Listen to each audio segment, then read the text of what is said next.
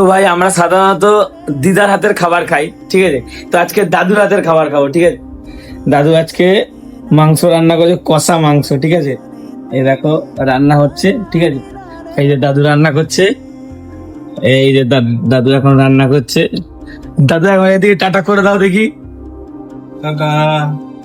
আমি একটুখানি খেয়ে দেখি, ঠিক আছে, খাবারটা দেখি, একটু টেস্ট করে দেখি খাবারটা কেমন। গায়ে হেভি, হ্যাঁ হেভি হয়েছে, সত্যি হেভি লাগবে, নুন পুন সব ঠিক আছে। ও সত্যি ভাই, দিদার হাতে রান্না ভালো হয়, কিন্তু দাদু হাতে কষা মাংস খেয়ে একদম মন ভরে গেল।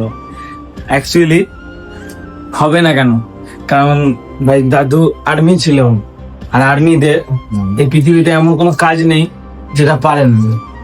স্যালুট সব আর্মিদেরকে, জয় হিন্দ, বন্দে মাতরম। আর দাদু তোমাকেও অনেক ভালোবাসে।